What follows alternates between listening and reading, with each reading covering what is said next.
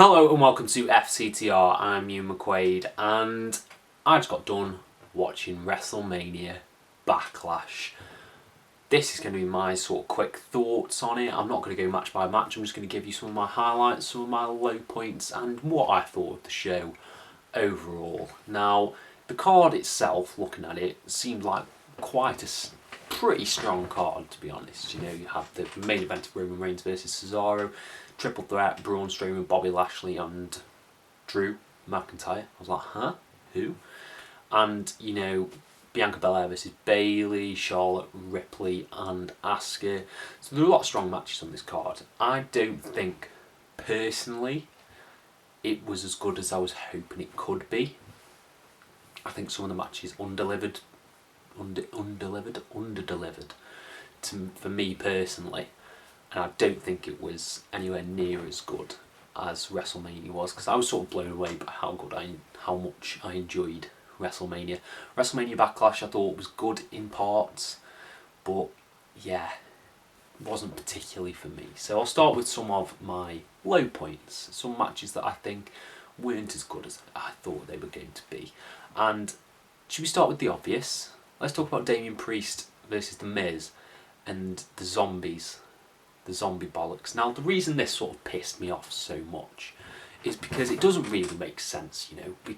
Obviously it doesn't make sense because zombies, but I'm just talking from a marketing perspective. So Army of the Dead is a film which I'm assuming is going to be rated 15 here in the UK, maybe even 18. So in a way to promote it, you have these people dressed as zombies come in and eat The Miz and John Morrison.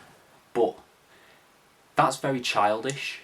It's very sort of WCW Dungeon of Doom kind of thing to do. And I don't understand how that really childish, immature, why are we doing this kind of thing goes with a Zack Snyder bloody zombie heist film. They're just not two audiences that cross over. I get if you don't have a lock on your account on Netflix, you'll be able to watch Army of the Dead. But even still, it just doesn't make sense.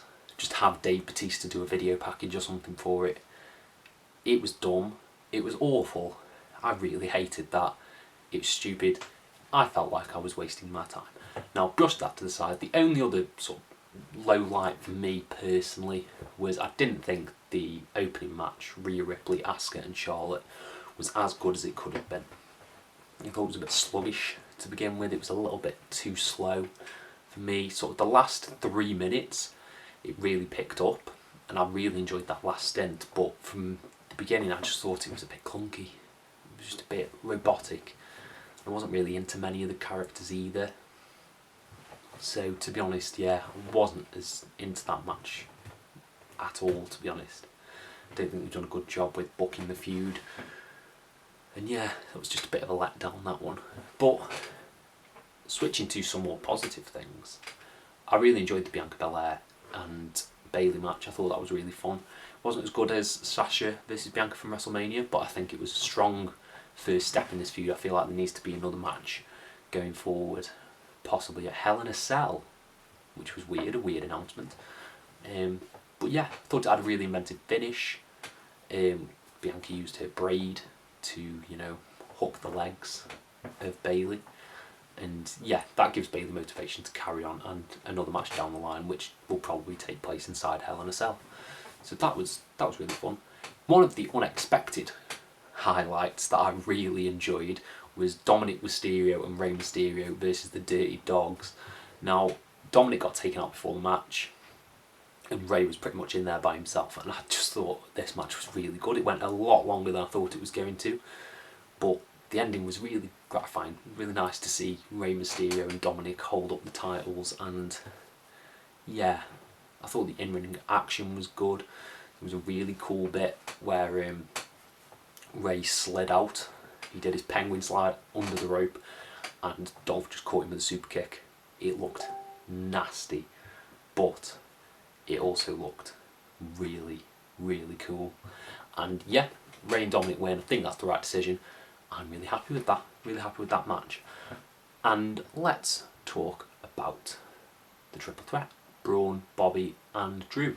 This was I thought it was decent. I thought it was good. There was some good, like, plunder spots, with Bobby being thrown through the LED screen. A really cool one where Braun caught Drew mid-Claymore and powerbombed him through the announce table. That was awesome. But overall, it just didn't connect with me as much as I thought it was. It wasn't like the SummerSlam 2017 match, the Fatal 4-Way, which I was hoping it would be. It wasn't as good as that.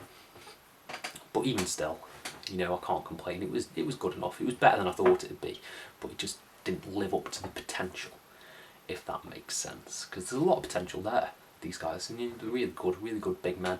And Bobby retained, which I think is the right decision. I really do. I think Bobby needs to hold that title until at least SummerSlam, personally. And the main event, Cesaro versus Roman Reigns. I thought at first this match wasn't going to deliver.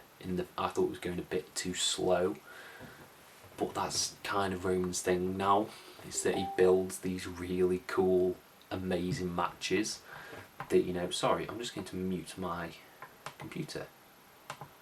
There you go. He builds these matches around, a slow build up until these really cool end sequences, and like the last 10 minutes are just really good. And that was exactly the same here. He spent the match working Cesaro's arm. Cesaro did some really cool stuff, transitions, went for the neutralizer, suplex into the ring, all of the cool spots, but eventually Roman just this end sequence where Cesaro was not giving up to the guillotine. He'd already got out of the guillotine once and ended up in the guillotine again, and he was just not giving up, and he eventually passed out. And I really like the ending because it doesn't make Cesaro look weak in the slightest. I think Cesaro had a great showing here. Reigns made him look amazing. And then there's the ending, which I thought was a bit odd. So Roman comes out. Well, he doesn't come out, he's there celebrating, he's just won. Jimmy comes out, not Jimmy, Jay Uso comes out and starts beating down Cesaro, and he goes for a splash, and then out comes Seth Rollins. And he has this stare off with Roman, and I'm like, maybe they're going to do like a weird Shield thing for Hell in a Cell. Nope. Seth goes straight for Cesaro and starts battering Cesaro.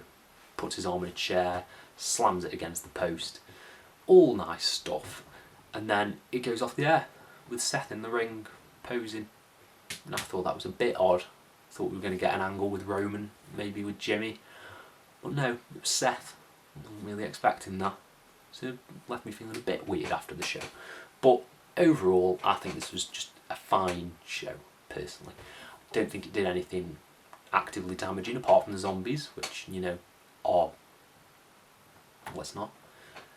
But other than that, it wasn't harmful to anyone. And it was just average. Average for me, so I'll give it a solid 2.5. No, I'll give it a 3 out of 5. I'll give it a 3 out of 5 because that last match was really, really good. Yes, so that is my thought. My thoughts. That is what I think of WrestleMania Backlash. Let me know what you thought of the show. Let me know down in the comments, and I will try and reply to every single one of you. Thank you all ever so much for your support, and have a nice day.